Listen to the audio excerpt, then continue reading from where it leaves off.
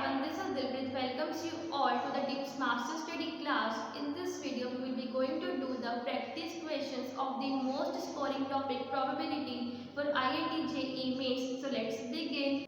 First question है, 3 coins are tossed. If one of them shows tail, then the probability that all 3 coins show tail is A 1 by 7, B 1 by 8, C 2 by 7, D 1 by 6. Let us see the solution. सबसे पहले हम अपने total number of events को find कर लेते हैं। जब हम 3 पॉइंट्स को टॉस करते हैं तो हमारे पास कितने टोटल नंबर ऑफ इवेंट्स आ जाएंगे। कैसे निकालेंगे? सबसे पहले आप फर्स्ट पे टेल फिक्स कर दो और सेकंड और थर्ड को वेरिएट करवाते हो। तो जब हमने फर्स्ट पे टेल रख दिया तो हमारे पास सेकंड पे भी टेल और थर्ड पे भी टेल आ सकता है। Then tail, tail head, then tail head, tail और टेल हेड हेड। अब कुछ नहीं करना, replace T by H and H by T. We get H H H, H H T, H T H, then H T T. ये तो हमने events find कर लिए जब हम 3 कॉइन्स को टॉस करते हैं। अब हमें कह रहा है कि if one of them shows tail then the probability that all 3 coins shows tail. कह रहे हैं जब आपको एक बार टेल मिलेगा तब हमें फाइंड करना है कि उसमें से कौन सा ऐसा केस होगा जिसमें आपको 3 बार टेल मिलेगा। तब हमें इसमें से वो केस रिमूव करना पड़ेगा जिसमें हमें एक बार भी टेल नहीं मिल रहा। तो हम इस केस को रिमूव कर देते हैं। अब हमारे पास टोटल नंबर ऑफ इवेंट्स कितने रह गए? 7। अब इसमें से हमें प्रोबेबिलिटी निकालनी है कि हमें 3 टाइम्स टेल मिले।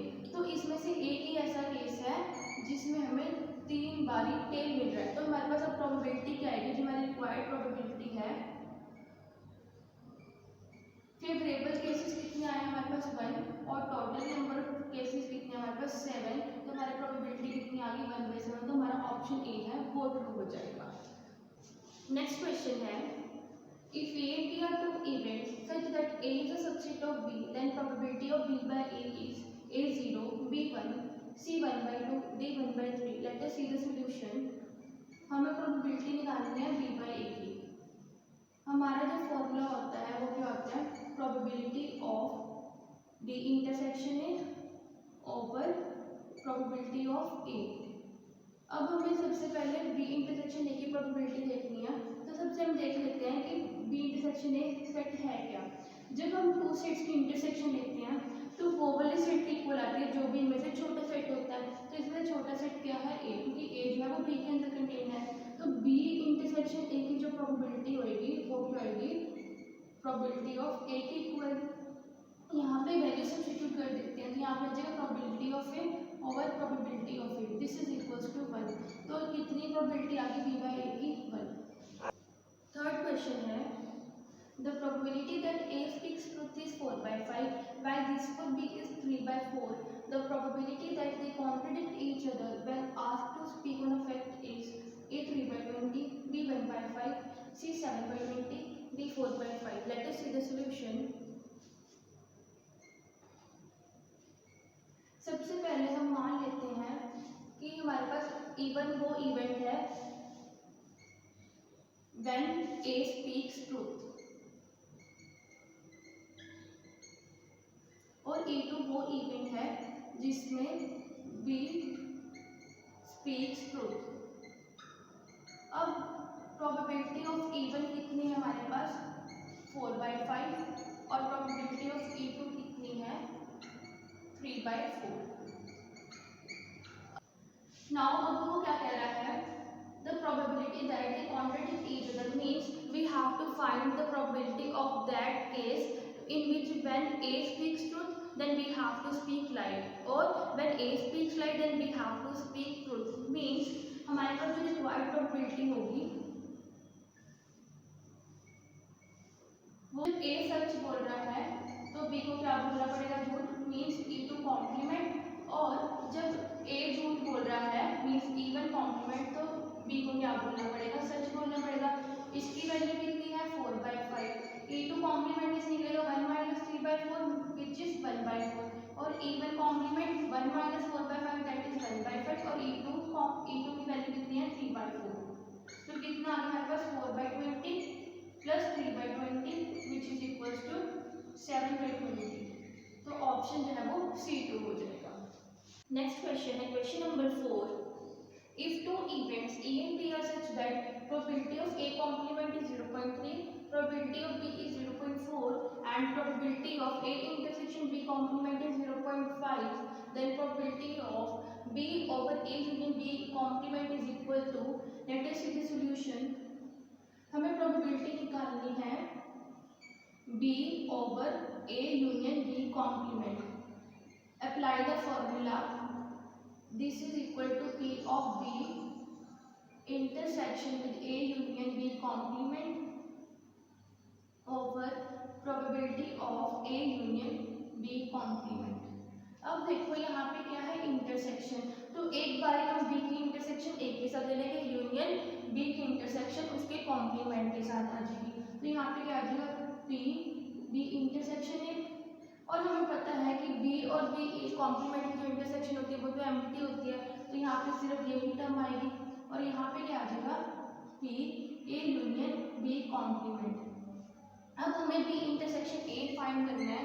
सपोज करो आपके पास ये सेट है A, ये सेट है B।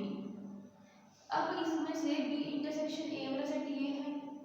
अब मुझे B इंटरसेक्शन A की प्रोबेबिलिटी गिवन नहीं है, बट मैं क्या करूँगी, जो B इंटरसेक्शन A वाला सेट है इसका answer in terms of given sets में फाइंड करूँगी, ठीक है, ताकि हम इजीली अपनी प्रोबेबिलिटी वहाँ पे लगा सकें।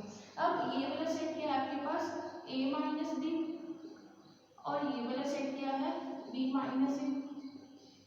अब जरा ध्यान से देखते हैं कि B इंटरसेक्शन A को हम ये लिख सकते हैं A, पूरे A में से अगर मैं ये वाला सेट सब्ट्रैक्ट करवा दूँ A minus B, see we get B intersection A, और इस सेट को हम ये भी लिख सकते हैं A minus A intersection B complement. ये हमने इसलिए कन्वर्ट करा है क्योंकि हमें इस सेट की प्रोबेबिलिटी पता है, इस सेट की भी पता है। अब देखो, अब हम इसको रिप्लेस कर देते हैं इससे, तो हमारे पास क्या आ जाएगा P of A minus P of A intersection B complement over P of A union B complement. अब इसको भी हम रिप्लेस कर सकते थे बाय फॉर्मूला, यूनियन का फॉर्मूला क्या होता है P of A plus P of B complement minus P of A intersection B complement. अब मुझे देखते ही पता चल गया कि मुझे इसकी प्रोबेबिलिटी नहीं पता, तो मुझे इसका भी फॉर्मूला अप्लाई करना पड़ेगा, तो मैंने वो अब लगा दिया। अब देखो हम क्या करते हैं, सबकी वैल्यू सब्स्टिट्यूट कर देते हैं। इसकी वैल्यू कितनी है A की 0.7, 1 में से सब्ट्रैक्ट करके निकाल लिया। इसकी कितनी है 0.5, और A की कितनी है 0.7 प्लस B कॉम्प्लीमेंट कितना है 0.6, और इसकी 0.5, कितना आ गया 0.2 ओवर 0.8, तो ये कितना आ गया 2/1/4, तो आपका ऑप्शन जो है वो सी करेक्ट हो जाएगा। नेक्स्ट क्वेश्चन हमारे पास question number 5। Bag A contains 4 green and 3 red balls. Bag B contains 4 red and 3 green balls. One bag is taken at random and a ball is drawn and now it is green. The probability that it comes from bag B is, let us see the solution। वो क्या कह रहा है सबसे पहले कि आपको कोई भी एक बैग चूज करना है रैंडमली। अब दो बैग में से एक बैग चूज करने की प्रोबेबिलिटी कितनी है 1/2, मीन्स ए बैग की प्रोबेबिलिटी कितनी है 1/2, और बी बैग की प्रोबेबिलिटी भी कितनी है 1/2।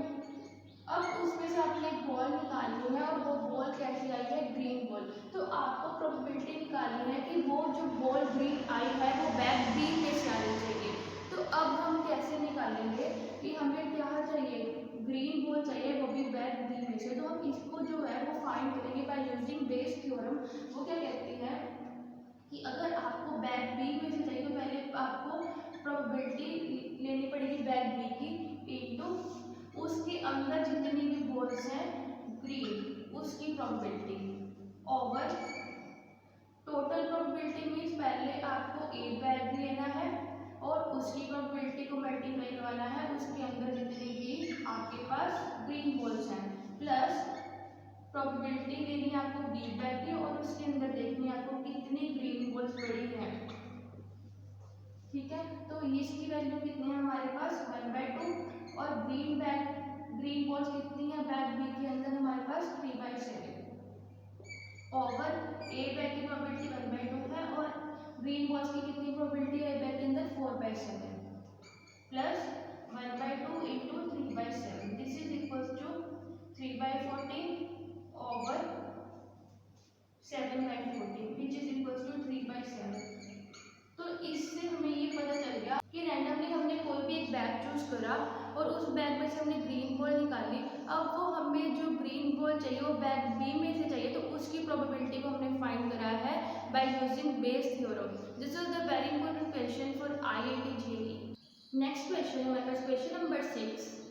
If the probability for A to fail in an examination is 0.2 and that for B is 0.3, then the probability that either A or B fail is A 0.38, B 0.44, C 0.50, D 0.94। Let us see the solution। हमारे पास जो probability given है A के fail होने की वो क्या है 0.2। A के फेल होने की प्रोबेबिलिटी कितनी है, ये फेल को डिनोट कर रहा है 0.2 है और B के फेल होने की प्रोबेबिलिटी कितनी है हमारे पास 0.3। ये हमारे पास फेल होने की प्रोबेबिलिटी है 0.3 और A के पास होने की प्रोबेबिलिटी को मान लेते हैं A कॉम्प्लीमेंट है, ये पास होने को भी नोट करा, इसकी प्रोबेबिलिटी हमारे पास 0.8 1 माइनस 0.2 और B के पास होने की प्रोबेबिलिटी को हम मान लेते हैं B कॉम्प्लीमेंट और ये क्या है हमारे पास 0.7। अब वो कह रहा है हमें प्रोबेबिलिटी निकालनी है दोनों में से फेल होने की। अब हो सकता है कि हमारा A पास हो रहा हो B फेल हो रहा हो और A फेल हो रहा हो B पास हो रहा हो और उसने कहा है कि कोई भी फेल हो सकता है, वो वाला केस भी हमें कंसीडर करना पड़ेगा क्योंकि हमें क्या चाहिए फेल होने की प्रोबेबिलिटी। तो दोनों जब फेल होंगे तो वो वाला केस भी इसमें आएगा। तो हमारे पास जो रिक्वायर्ड प्रोबेबिलिटी होगी वो क्या होगी, एक बार पहले फेल हो रहा है तो B को क्या होना पड़ेगा पास, मतलब इन दोनों की मल्टीप्लिकेशन कितनी आ जाएगी 0.54। ये वाला फेल हो रहा है A जो है वो पास हो रहा है तो कितना आ जाएगा 0.24 और दोनों ही अगर फेल हो रहे हैं तो कितना आ जाएगा 0.06। तो कितना आ गया हमारे पास 0.4 देन 4 दिस इज 0.4। तो इससे हमारा जो ऑप्शन बी है वो ट्रू हो जाएगा। Next question was question number 7. Out of 13 applicants for a job, there are 8 men and 5 women. It is desired to select 2 persons for the job. The probability that at least one of the selected persons will be a woman is A 5/13, B 10/13, C 14/39, D 25/39। Let us see the solution। उन्होंने कहा है कि probability निकालो कि कम से कम selected persons में एक women होनी चाहिए। तो अब हमने टोटल पर्सन कितने सिलेक्ट करने हैं 2। अब हमारे पास चॉइसेस क्या आ सकते हैं कि एक मैन एक वीमेन और दोनों के दोनों वीमेंस। तो हमारे पास अब देखो कि टोटल मैन कितने हैं 8 और टोटल वीमेंस कितनी है 5। अब हमने सबसे पहले क्या करा, एक वीमेन को सिलेक्ट कर लिया और एक अब हम मैन को सिलेक्ट कर लेते हैं। ओवर टोटल कितने हैं 13 एप्लीकेंट्स और हमने चूज कितने करे हैं 2। या फिर हो सकता है कि हमने दोनों के दोनों फीमेल्स चूज करे हो तो हमारे पास क्या आ जाएगा 5C2 ओवर टोटल कितने हमारे पास 13C2। अब इसको फाइंड कर लेते हैं, कॉमन एलसीएम आ जाएगा 13C2, इसको सॉल्व करेंगे आएगा 5 × 8 और 5C2 निकाल लेते हैं। 5C2 is 5 factorial 3 factorial 2 factorial, तो कितना आ जाएगा हमारे पास, ये आ जाएगा 10, यहाँ पे आ गया 10। This is 50 over 13C2। 13C2 find कर लेते हैं, क्या आएगा हमारे पास 13 फैक्टोरियल 11 फैक्टोरियल 2 फैक्टोरियल 13 × 6 क्या रह जाएगा हमारे पास 78। तो ये हमारे पास आ जाएगा 2 से कैंसिल करेंगे तो आ जाएगा 25 ओवर 39। तो हमारे पास जो ऑप्शन डी है वो ट्रू हो जाएगा। Thank you.